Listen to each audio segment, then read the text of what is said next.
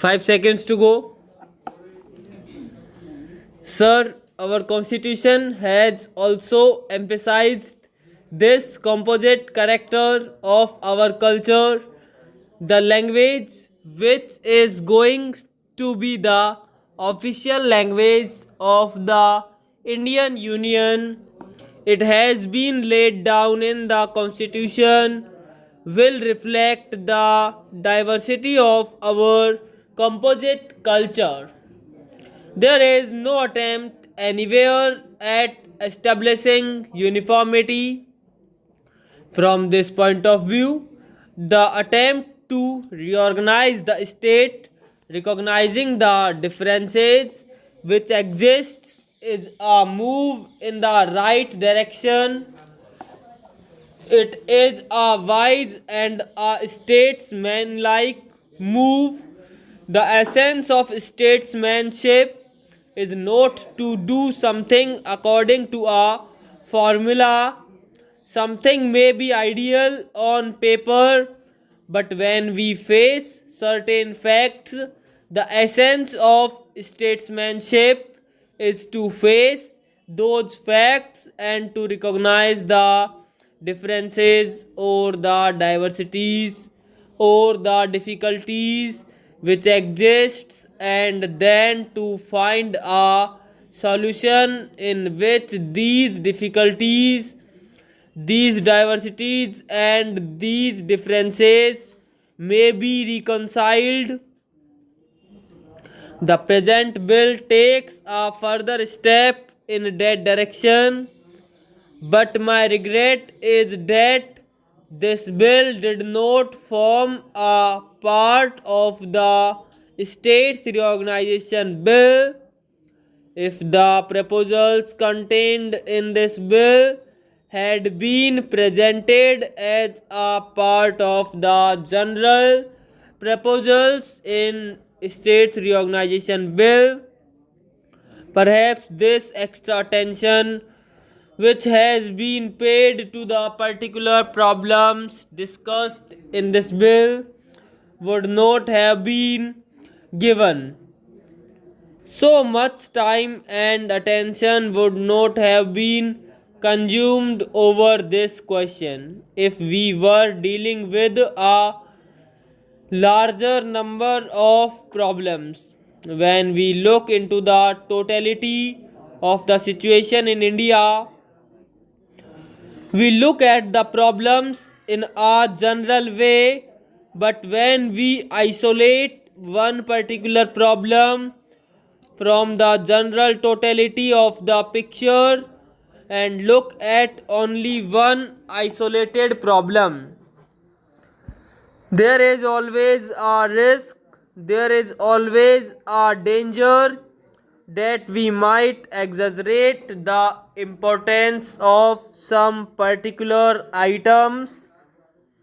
One of the reasons why there has been so much discussion over this rather small bill, as the Honorable Home Minister described it, is because it has been isolated from the general picture of the reorganization of Indian states. With regard to the particular proposals which have been made, sir, I do not wish to speak at length at this late stage. These are in essence the result of discussions and, shall I say, if not complete agreement, at least the reduction to a minimum of the differences which existed between the different groups. The various demands and counter demands of the different states, that use of the term state in this connection is somewhat unfortunate. If we had talked of provinces instead of states, there would have been less of feeling on this issue, but Be that as it may, these demands of the different states have been before the country for a number of years. After a great deal of discussion over this particular bill, we have come to what may be regarded as more or less agreed settlements.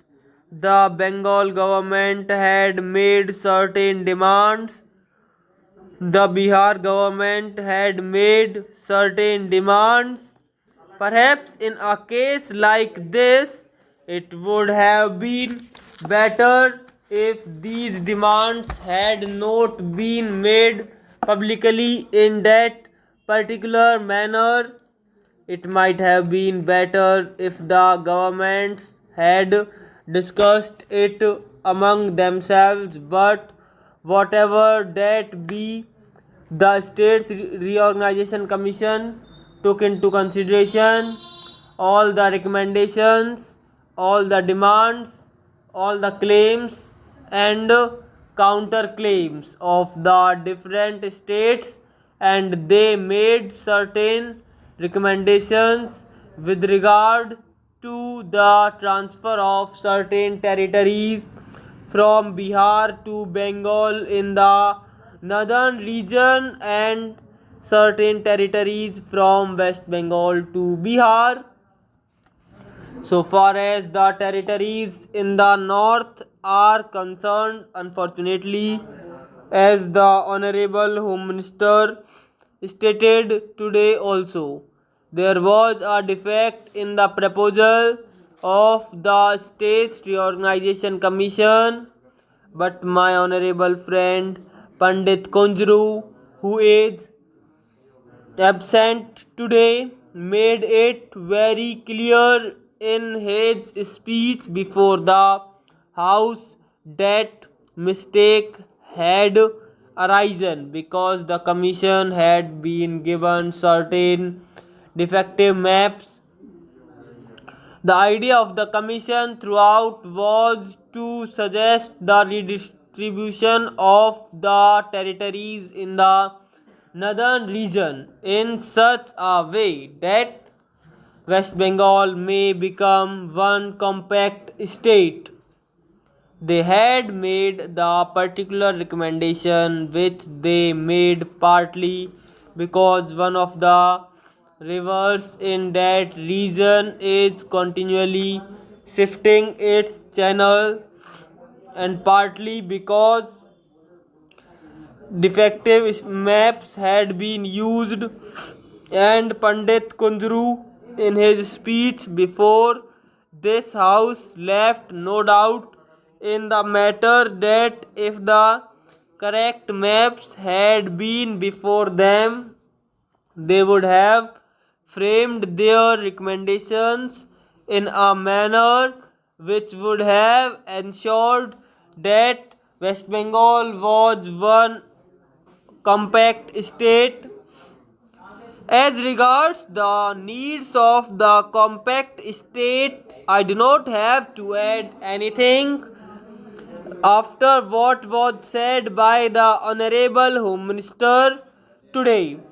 For administrative purposes, it is essential that a state must be a compact unit because otherwise, with regard to the problem of law and order, with regard to the problem of movement of goods, particularly with regard to the smuggling of materials and goods from India into Pakistan in this border region, a state divided into two different units with another state intervening in between would face all kinds of difficulties.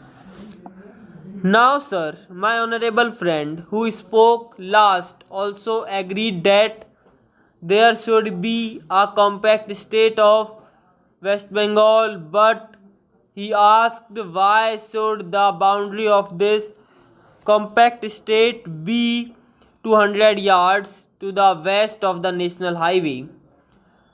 Now, sir, it is obvious that if you are going to make it a compact state, that area which connects the two disjointed parts must be of such a size that it is a practical proposition. You can theoretically give only yards all along the Pakistan frontier, but obviously such a transfer of territory would not serve any purpose whatever.